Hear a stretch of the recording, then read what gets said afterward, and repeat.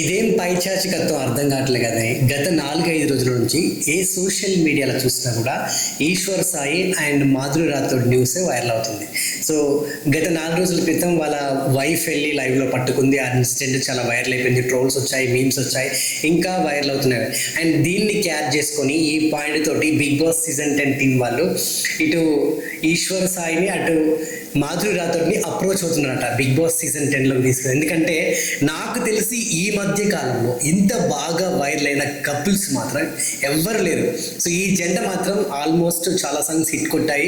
And ఇప్పుడు ఒక ఇన్సిడెంట్తో దొరికిపోయారు లైవ్లో. అండ్ వీళ్ళ ఫేమ్ను వాడుకోవడానికి బిగ్ బాస్ని అంటే ఒక రేటింగ్ పెంచుకోవడానికి వీళ్ళని తీసుకోబోతున్నారట. మరి దీంట్లో మాధురి రాథోడ్ని తీసుకుంటారా లేకుంటే ఈశ్వర్ సాయిని తీసుకుంటారా అనేది మాత్రం ఒక పెద్ద కన్ఫ్యూజన్. మరి ఇద్దరిట్లో ఎవరిని తీసుకుంటారని మాత్రం తెలియదు. బట్ వీళ్ళ ఫేమ్ని యూజ్ చేసుకొని బిగ్ బాస్ సీజన్ హిట్ కొట్టడానికి ప్రయత్నిస్తున్నారా, అసలు ఏందనేది మాత్రం అర్థం కావట్లేదు. బట్ ఇద్దరిని తీసుకుంటే మాత్రం అది సెన్సేషనల్ అయిపోతుంది.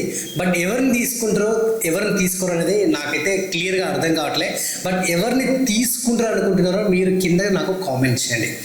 ఇది పక్కన పెడితే ఇప్పటివరకు బిగ్ బాస్ సీజన్ 10 అగ్ని పరీక్ష కూడా మనం చూసినాం. సో చాలామంది కామనర్స్ వచ్చారు, చాలామంది వాళ్ళ స్పిరిట్ని వాళ్ళ టాలెంట్ని చూపించారు. అండ్ చాలా ఈ అగ్ని పరీక్ష సీజన్ 10 మీద చాలామంది కూడా కామెంట్స్ చేశారు.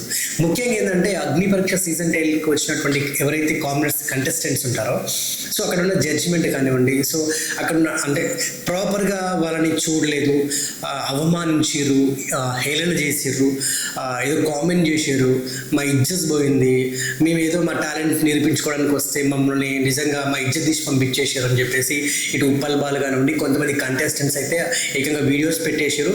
అండ్ వీళ్ళని కామెంట్ చేసినందుకు, వీళ్ళని హేళన చేసినందుకు, వీళ్ళని కించపరిచినందుకు కూడా చాలామంది పబ్లిక్ కూడా వీళ్ళ మీద చాలా కామెంట్స్ చేసినాయి.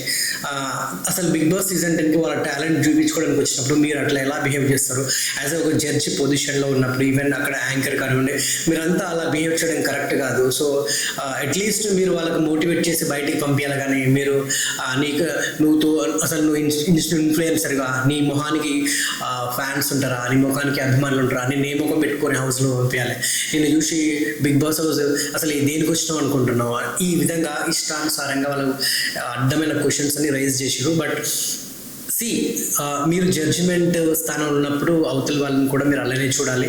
సో అటువంటి పాయింట్స్ రేజ్ చేసి వాళ్ళని కామెంట్ చేయడం, హేళన చేయడం, టీజ్ చేస్తే అవతల వాళ్ళకి అది హర్టింగ్గా ఉంటుంది.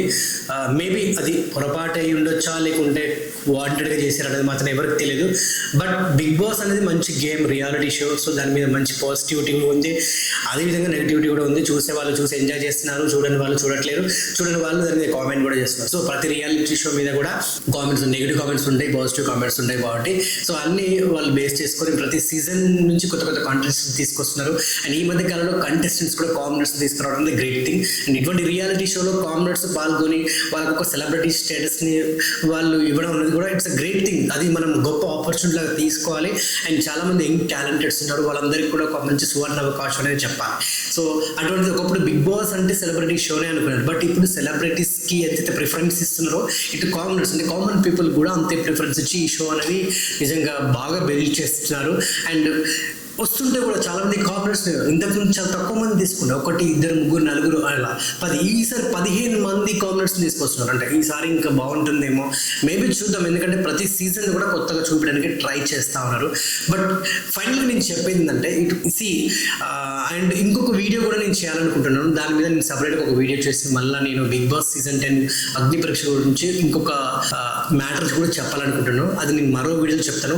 అంటే నా ఛానల్ని సబ్స్క్రైబ్ చేసుకున్న వాళ్ళు మాత్రం దయచేసి సబ్స్క్రైబ్ చేసుకోండి. ఇటువంటి మరిన్ని వీడియోస్, మరిన్ని అప్డేట్స్, రివ్యూస్ కూడా నేను ఇక్కడ నుంచి రెగ్యులర్గా మీకు వస్తూ ఉంటాయి. So keep watching and keep comment కూడా చేయండి. ఈసారి మరి నిజంగా మరి రాథోడ్ వస్తుందా లేకుంటే ఈశ్వర్ సాయి మరి వస్తున్నాడా, అసలు ఎవరిని తీసుకోబోతున్నాడు అన్నది ఒక క్యూరియాసిటీ, ఒక ఎగ్జైటింగ్ మాత్రం కనిపిస్తూ ఉంది. నేనే ఇంత ఎగ్జైట్గా ఫీల్ అవుతున్నా డెఫినెట్గా ఆడియన్స్ కూడా. ఎందుకంటే వాళ్ళకి వచ్చిన ట్రోల్స్, మీమ్స్ అంతా ఇంత కాదు, ఈ మధ్య కాలంలో అంత దారుణంగా ట్రోల్ చేసి అంత దారుణంగా పబ్లిక్ కూడా రెస్పాన్స్ అయ్యారంటే ఈ మ్యాటరే. ఎందుకంటే మన ఈ మధ్యకాలంలో చాలా మ్యాటర్స్ వచ్చినాయి, చాలా ఇష్యూస్ వచ్చినాయి. వాటన్నిటికంటే నాకు తెలిసి చాలా ఏళ్ళ తర్వాత ఇంత వైరల్ అయిన కంటెంట్ ఏదైనా ఉందంటే అది మాత్రం ఈ Eshwar Sai folk dancers and Madhuri Rathod అని నేను చెప్తున్నాను. సో మీ యొక్క అభిప్రాయాన్ని కింద కామెంట్ చేయడం మాత్రం మర్చిపోకండి. Until then bye, keep watching my channel.